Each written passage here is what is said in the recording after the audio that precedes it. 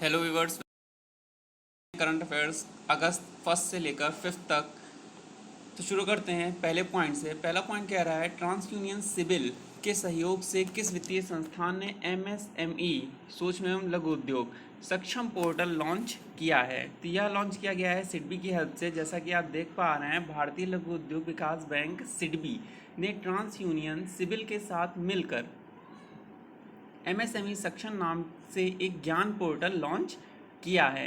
व्यापक वित्तीय शिक्षा और ज्ञान मंच सूक्ष्म लघु और मध्यम उद्यमों एमएसएमई को वित्तीय जागरूकता प्रदान करेगा तथा औपचारिक व सस्ती क्रेडिट सुविधाओं तक त्वरित पहुंच प्राप्त करने में उनकी सहायता भी करेगा।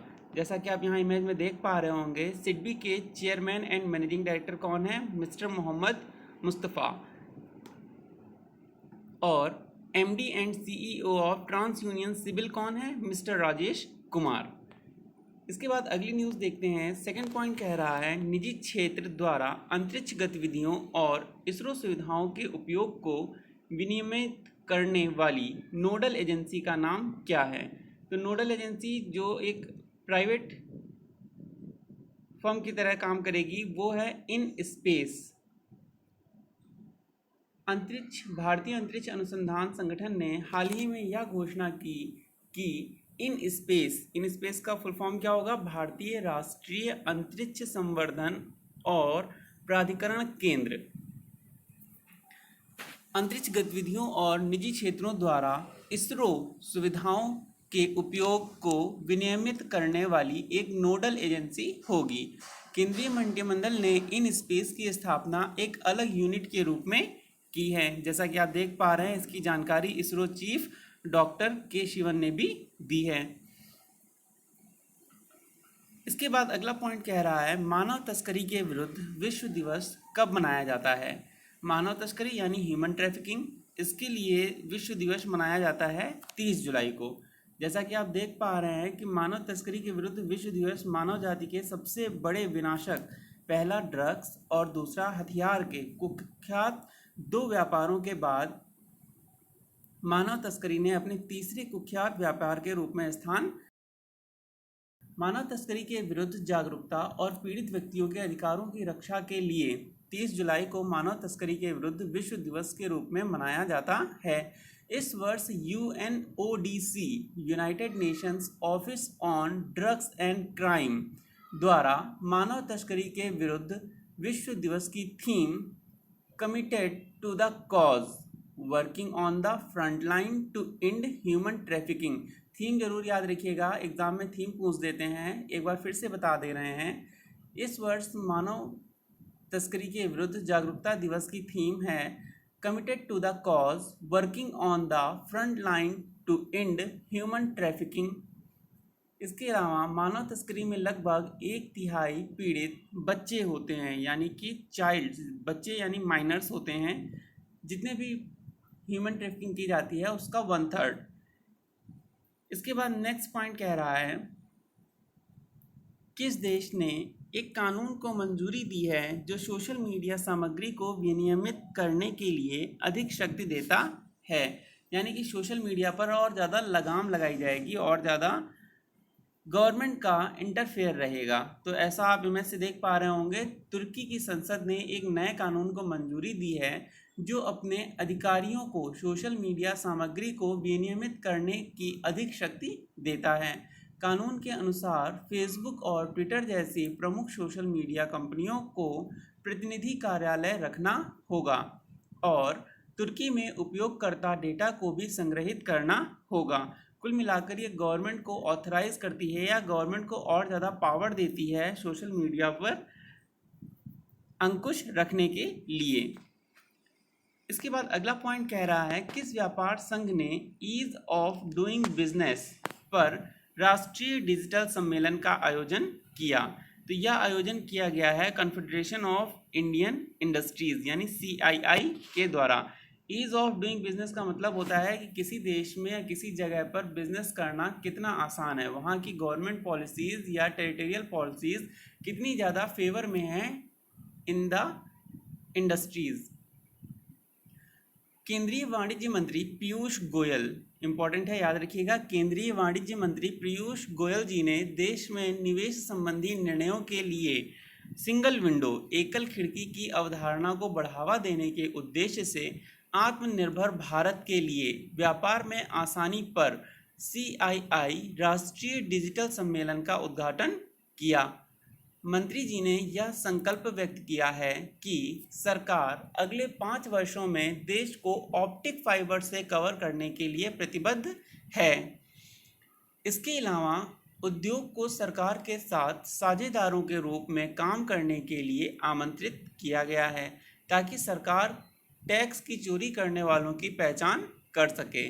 सरकार देश में नीतिगत उपायों के सरलीकरण के बारे में उद्योग से प्रतिक्रिया के लिए प्राप्त करने के लिए तैयार है। अगला पॉइंट कह रहा है, किस केंद्रीय मंत्री ने पदार्थ उपयोग विकार SUD सब्सटेंस यूज डिसऑर्डर्स और व्यवहार व्यसनों यानी बिहेवियरल एडिक्शंस के लिए मानक उपचार दिशा निर्देशों पर पुस्तक जारी की है? तो यह पुस्तक डॉक्टर हर्षवर्धन जी के द्वारा जारी की गई है। केंद्रीय स्वास्थ्य मंत्री डॉक्टर हर्षवर्धन जी ने पदार्थ उपयोग विकार और व्यवहार संबंधी व्यसनों के प्रबंधन के लिए मानक उपचार दिशा निर्देशों पर पुस्तक जारी की है। मंत्री जी ने आगाह किया है या वार्न किया है कि वर्ल्ड ड्रग रिपोर्ट 2020 बताती है कि कोविड-19 देश में विकारों को उत्पन्न करेगा। मादक पदार्थ यानी कि अल्कोहल और ड्रग्स का उपयोग हृदय कैंसर और मानसिक स्वास्थ्य जैसे गैर संचारी विकारों से जुड़ा हुआ है। उन्होंने यह भी कहा कि धूम्रपान कोविड-19 के लिए जोखिम बढ़ाता है। एक तरफ तो ओपन किया जाता है अल्कोहल की शॉप्स को, लिक्विड शॉप्स को, और उसके बाद उससे बचने के लिए बुक भी लॉन्च की जा रही है। वाओ। नेक्स्ट पॉइंट है अंबाला एयरबेस, जहां राफेल फाइटर जेट्स का पहला बैच आया है, किस राज्य या केंद्र शासित प्रदेश में स्थित है? तो अंबाला से बहुत लोग कंफ्यूज हो जाते हैं पंजाब से, तो यहाँ पे हमें याद रखना है कि अंबाला हमारा हरियाणा में है। 5 राफेल फाइटर जेट्स का पहला बैच हरियाणा राज्य में स्थित अंबाला एयरफोर्स बेस पर उतरा है। इन लड़ाकू विमानों को नंबर 17 स्क्वाड्रन गोल्डन एरो में शामिल किया जाएगा। भारतीय वायुसेना के पायलटों द्वारा जेट विमानों को मिड एयर रिफ्यूल यानी कि हवा में उड़ते हुए ही फ्यूल भरे जाने की प्रक्रिया की मदद से 7 घंटे तक उड़ाया था। जैसा कि आप इमेज में देख पा रहे होंगे, अंबाला हमारा पंजाब, हिमाचल प्रदेश और चंडीगढ़ के बॉर्डर पर यूपी के वेस्ट में। इसके बाद अगला पॉइंट कह रहा है, भारतीय सौर ऊर्जा निगम SECI द्वारा प्रदान की जाने वाली सभी पवन ऊर्जा परियोजनाओं को पूरा करने वाला पहला बिजली उत्पादक कौन है? सिंगापुर स्थित सेमकॉर्प इंडस्ट्रीज की पूर्ण स्वामित्व वाली सहायक company Sembcorp energy India limited SEIL ने अपनी नवीनतम 800 मेगावाट पवन ऊर्जा परियोजनाओं को पूरा करने की घोषणा की है। यह solar energy corporation of India यानी SECI द्वारा संचालित पवन नीलामियों में प्रदान की जाने वाली परियोजनाओं को चालू करने वाला पहला स्वतंत्र बिजली उत्पादक बन गया है। केंद्रीय ऊर्जा मंत्री RK सिंह जी ने सेमकॉर्प की SECI 1, 2 और 3 पवन परियोजनाओं को राष्ट्र को समर्पित कर दिया है। इसके बाद अगला पॉइंट देखते हैं, ग्रामीण विकास को बढ़ावा देने के लिए CSIR और विज्ञान भारती के साथ किस संस्था ने उन्नत भारत अभियान शुरू किया है? तो यह शुरू किया गया है IIT दिल्ली के साथ मिलकर, जैसा कि आप इमेज में देख पा रहे हैं तीनों को, CSIR, विज्ञान भारती और IIT दिल्ली। जनजातीय मामलों के मंत्रालय के तहत संचालित ट्राइफेड ने उन्नत भारत अभियान को लागू करने के लिए IIT दिल्ली के साथ एक समझौते पर हस्ताक्षर किए हैं। कई संस्थानों के 2600 से अधिक शोध कार्यों को प्राप्त करने के लिए ट्राइफेड के वन धन कार्यक्रम के तहत काम करने वाले आदिवासी उद्यमियों के लिए समझौते पर हस्ताक्षर किए गए हैं, जो कि उन्नत भारत अभियान का हिस्सा भी है। नए समझौते के साथ माइनर फॉरेस्ट प्रोड्यूस में लगे आदिवासी वन निवासी नई प्रसंस्करण प्रौद्योगिकियों, मेंटरशिप, ट्रांसफॉर्मर डिजिटल सिस्टम, उत्पाद नवाचार और हैंड होल्डिंग तक पहुंच सकेंगे। इसके बाद अगला पॉइंट कह रहा है, उड़ान योजना के तहत किस राज्य में एक नई हेलीकॉप्टर सेवा का अनावरण किया गया है और पवन हंस लिमिटेड द्वारा संचालित किया जाएगा। तो जैसा कि आप इमेज से देख पा रहे होंगे, उत्तराखंड के सीएम त्रिवेंद्र सिंह रावत जी, तो यह योजना उत्तराखंड में ही है। उत्तराखंड में देहरादून, नई टिहरी, श्रीनगर, गौचर मार्ग पर एक सस्ती हेलीकॉप्टर सेवा के तहत देश का आम नागरिक क्षेत्रीय कनेक्टिविटी योजना उड़ान RCS का उद्घाटन किया गया है। उत्तराखंड के मुख्यमंत्री त्रिवेंद्र सिंह रावत जी के साथ केंद्रीय नागरिक उड्डयन मंत्री हरदीप सिंह पुरी जी ने वर्चुअली, यानी कि प्रेस जो डिजिटल कॉन्फ्रेंस होती है ऑनलाइन, उसके द्वारा इस सेवा का उद्घाटन किया, जिसे पवन हंस लिमिटेड द्वारा संचालित किया जाएगा। ये हेलीकॉप्टर सेवाएं सप्ताह में 3 दिन सोमवार, बुधवार और शुक्रवार को उपलब्ध रहेंगी। नेक्स्ट पॉइंट कह रहा है, महात्मा गांधी सेतु, जो हाल ही में समाचारों में देखा गया था, किस राज्य में स्थित है? तो महात्मा गांधी सेतु इम्पोर्टेंट है, क्यों? देख लीजिए इस पुल के बारे में।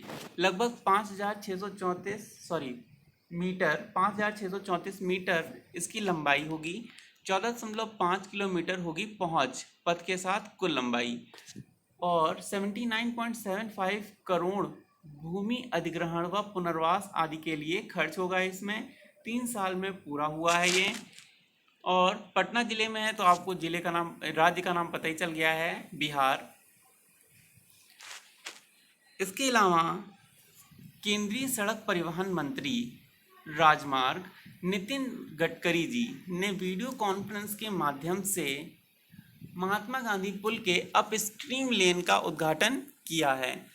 लगभग 5.5 किलोमीटर 4 लेन पुल पटना और बिहार के हाजीपुर को जोड़ने वाली गंगा नदी पर बनाया गया है। इस पुल का निर्माण कार्य वर्ष 2017 में शुरू हुआ और लागत परिव्यय 1742 करोड़ रुपए है। पुल की डाउन स्ट्रीम लेन को 2021 तक पूरा किया जाएगा। पुराने पुल की कंक्रीट संरचना को नए स्टील डेक से बदल दिया जाएगा। देख रहे हैं आप, इसका उद्घाटन किया गया है वर्चुअल प्रेस कॉन्फ्रेंस के जरिए नितिन गडकरी जी के द्वारा, बिहार राज्य।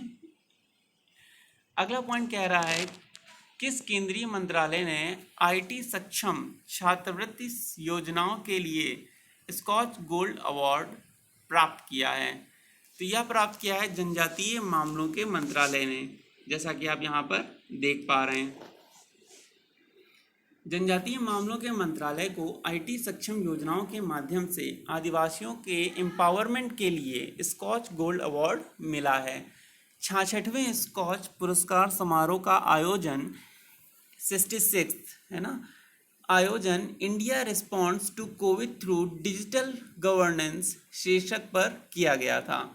जनजातीय मामलों के मंत्रालय ने डिजिटल इंडिया एंड ई-गवर्नेंस प्रतियोगिता में पुरस्कार जीता।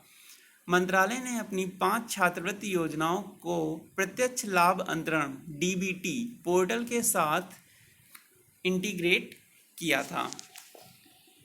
इसके बाद अगला पॉइंट कह रहा है, 15वें वित्त आयोग द्वारा स्थापित कृषि निर्यात पर उच्च स्तरीय समूह के अध्यक्ष कौन हैं? तो ये बनाए गए हैं, ITC के हेड थे और अब बनाए गए हैं कृषि निर्यात पर उच्च स्तरीय समूह के भी अध्यक्ष संजीव पुरी जी, जैसा कि आप इमेज में देख पा रहे हैं। 15वें वित्त आयोग ने ITC के अध्यक्ष संजीव पुरी की अध्यक्षता में कृषि निर्यात पर 8 सदस्यीय उच्च स्तरीय समूह की स्थापना की थी। यह कृषि निर्यात को प्रोत्साहित करने के लिए राज्यों को प्रदर्शन प्रोत्साहन की सिफारिश करने के लिए स्थापित किया गया था। समूह ने हाल ही में रिपोर्ट पेश की है जिसने फसल मूल्य श्रृंखला क्लस्टर वीसीसी के लिए राज्य के नेतृत्व वाली निर्यात योजना की सिफारिश की है। इसने 22 फसल मूल्य श्रृंखलाओं पर ध्यान केंद्रित करने का भी सुझाव दिया। इसके बाद अगला पॉइंट कह रहा है बांग्लादेश में पावर प्लांट के निर्माण के लिए रिलायंस पावर के साथ किस वैश्विक संस्था ने समझौता किया है। तो काफ़ी दिन बाद ये कंपनी न्यूज़ में आई है। RIL रिलायंस इंडिया लिमिटेड समझौता किया है इसने एशियाई विकास बैंक के साथ, ADB के साथ, एशियन डेवलपमेंट बैंक। एशियाई विकास बैंक ने रिलायंस बांग्लादेश LNG और पावर लिमिटेड RBLPL के साथ 200 मिलियन अमेरिकी डॉलर के समझौते पर हस्ताक्षर किए हैं। इस सौदे के तहत रिलायंस पावर बांग्लादेश में 718 मेगावाट का संयुक्त चक्र बिजली संयंत्र का निर्माण और परिचालन करेगी। ADB द्वारा 100 मिलियन प्रदान किया जाएगा, जबकि अन्य 100 मिलियन जापान अंतर्राष्ट्रीय सहयोग एजेंसी के leading Asia's private infrastructure fund LEAP से प्राप्त होंगे। इसके बाद अगला पॉइंट कह रहा है हाल ही में ली तेंग हुई का निधन हुआ। वे किस देश के पहले लोकतांत्रिक रूप से चुने गए राष्ट्रपति थे। तो ये किस देश के पहले लोकतांत्रिक रूप से चुने गए राष्ट्रपति थे? ताइवान के। निमोनिया से पीड़ित होने के बाद ताइवान के पूर्व राष्ट्रपति ली तेंग हुई का हाल ही में 97 वर्ष की आयु में 97 वर्ष की आयु में निधन हो गया। एक ज़बरदस्त जीत के बाद ली तेंग हुई ने वर्ष 1996 में ताइवान के पहले लोकतांत्रिक रूप से निर्वाचित राष्ट्रपति के रूप में कार्य किया। अगर हम वर्ल्ड के मैप में देखें तो ताइवान चाइना के साउथ में एक छोटा सा देश है जिसे चाइना अपना ही पार्ट मानता है और इसे रिपब्लिक ऑफ चाइना के अंडर काउंट किया जाता है। इंडिया के ईस्ट में, चाइना के साउथ में, जैसा आप इमेज में देख पा रहे हैं। इसके बाद अगला पॉइंट कह रहा है नागरिक संशोधन अधिनियम। गृह मंत्रालय ने नियमों को फ्रेम करने के लिए 3 और महीने का समय मांगा है, यानी और 3 महीने का समय मांगा है। नागरिक संशोधन अधिनियम जिसके लिए अभी काफ़ी विरोध हुआ था, आपने देखा था। गृह मंत्रालय अमित शाह जी, गृह मंत्रालय ने नागरिकता संशोधन अधिनियम CAA के नियमों को तैयार करने के लिए 3 और महीने का समय मांगा है। CAA क्या था? जिसमें पाकिस्तान, बांग्लादेश और अफगानिस्तान के गैर मुस्लिम पीड़ित अल्पसंख्यकों को भारतीय नागरिकता प्रदान करने की सुविधा देने की बात कही थी। पूरी डिटेल क्या है वो आप इमेज से देख सकते हैं। इसके बाद अगला पॉइंट कह रहा है 17 पॉइंट तुम्हारा कह रहा है कोविड रोगियों को स्मार्टफोन, टैबलेट उपकरणों का उपयोग करने की अनुमति दी जाए। ऐसा केंद्र सरकार ने कहा है राज्य सरकारों से। केंद्र सरकार ने सभी राज्य और केंद्र शासित प्रदेशों को निर्देश दिया है कि वे कोविड-19 रोगियों के लिए स्मार्टफोन और टैबलेट उपकरणों के उपयोग की अनुमति दें। वे उपचार के दौरान मनोवैज्ञानिक सहायता के लिए अपने परिवार से जुड़े रह सकते हैं, जैसा कि आप इमेज में देख पा रहे हैं। इसके बाद अगला पॉइंट कह रहा है यूपी कैबिनेट मंत्री कमल रानी वरुण जी का 62 साल की उम्र में कोविड-19 से निधन हो गया है। Uttar Pradesh minister of technical education थी ये। उत्तर प्रदेश कैबिनेट मंत्री कमल रानी वरुण जो 18 जुलाई को कोविड-19 से संक्रमित पाई गई थी, उनका 2 अगस्त 2020 को लखनऊ में 62 वर्ष की आयु में 62 ईयर्स की एज में निधन हो गया। वह तकनीकी शिक्षा मंत्री थी और 2017 के विधानसभा चुनाव में कानपुर जिले के घाटमपुर से चुनी गई थी। नेक्स्ट पॉइंट है राजस्थान राज्य सरकार 20 अगस्त से शहरी क्षेत्रों में इंदिरा रसोई योजना सबसे पहले तो यही क्वेश्चन आपको याद रखना है कि इंदिरा रसोई योजना किस राज्य से जुड़ी है? राजस्थान से। राजस्थान के सीएम हमारे कौन है? सीएम है हमारे अशोक गहलोत जी। किस पार्टी से? कांग्रेस। मुख्यमंत्री अशोक गहलोत जी ने 2 अगस्त 2020 को 20 अगस्त से राजस्थान के शहरी क्षेत्रों में इंदिरा रसोई योजना की शुरुआत करने के लिए अधिकारियों को निर्देश दे दिए हैं। गरीबों को सिर्फ 8 रुपए में भोजन मिलेगा। 100 ग्राम दाल, 100 ग्राम सब्जियां, 250 ग्राम रोटियां या चपाती और अचार का मेनू भी निर्धारित किया गया है। इस योजना में हर साल लगभग 100 करोड़ रुपए का खर्च होने का अनुमान है। इसके बाद अगला पॉइंट है हमारा अंतर्राष्ट्रीय यात्रियों के लिए संगरोध यानी कि क्वारंटाइन जो रूल्स हैं उनको आसान कर दिया गया है और जो क्वारंटाइन ड्यूरेशन है उसको भी घटाकर आधा कर दिया गया है।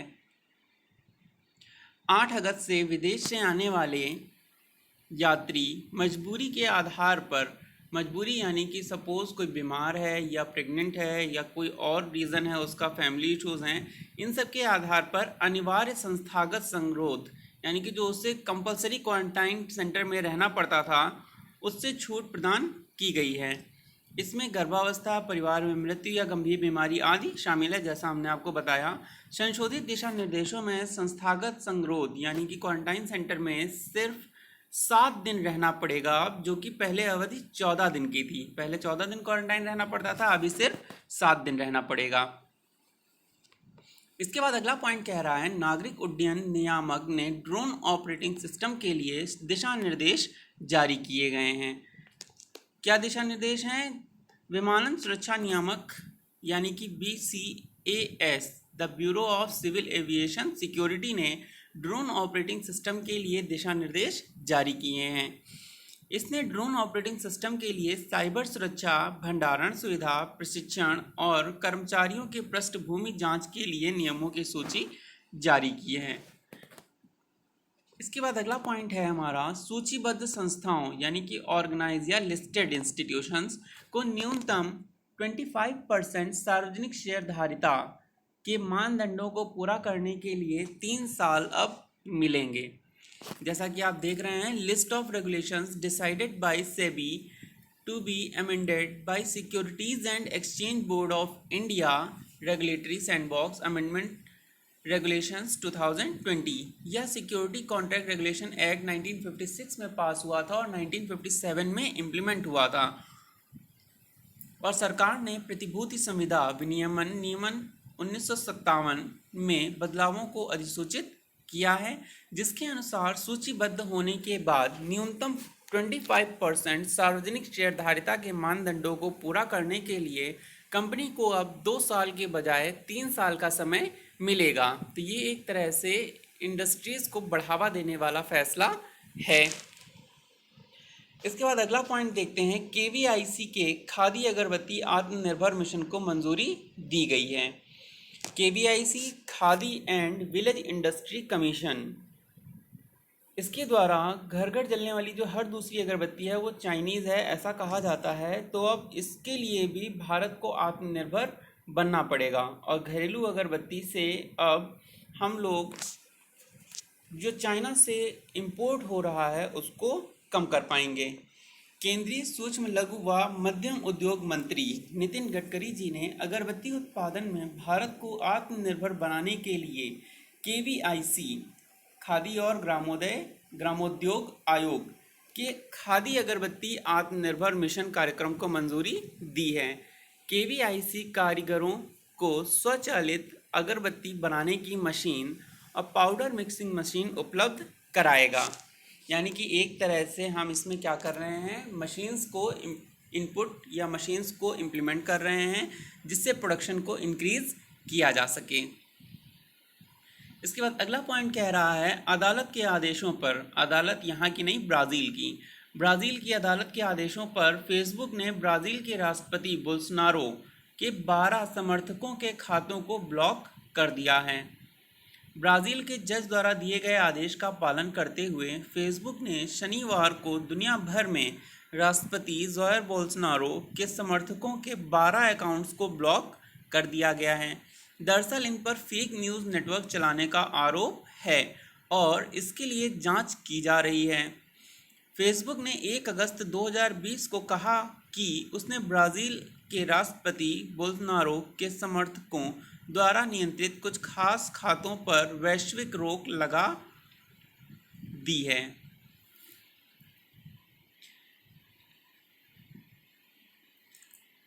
इसके बाद अगला पॉइंट कह रहा है तूफान इसाइस ने बहामास फ्लोरिडा को प्रभावित किया। जैसा कि आप इमेज में देख पा रहे हैं, हर साल अटलांटिक और पैसिफिक ओशन में हज़ारों तूफान आते हैं जिससे अमेरिका या यूएसए प्रभावित होता है। तूफान इसाइस बहामास जो कि कैरेबियन आइलैंड में है इसको प्रभावित किया और इसके बाद आगे बढ़ते हुए थोड़ा कमज़ोर हुआ 1 अगस्त 2020 को, यानी इसकी स्पीड थोड़ी कम हुई, लेकिन पूर्वानुमानकर्ताओं ने चेतावनी दी है कि यह संभवतः पूर्वी फ्लोरिडा यानी यूएसए के ईस्टर्न कोस्ट के पास फिर से बढ़ेगा। जैसा कि आप वर्ल्ड के मैप में अगर आप देखेंगे तो अटलांटिक ओशियन में मैक्सिकन गल्फ के पास, यहाँ पर क्यूबा के पास, यहाँ पर है क्यूबा के ईस्ट नॉर्थ ईस्ट में बहामास, और यहाँ से जो आपको ग्रीन कलर का दिख रहा है मैप में यूएसए का पार्ट बॉटम में, ये है फ्लोरिडा। इस तरफ यह तूफान इस समय आया हुआ है।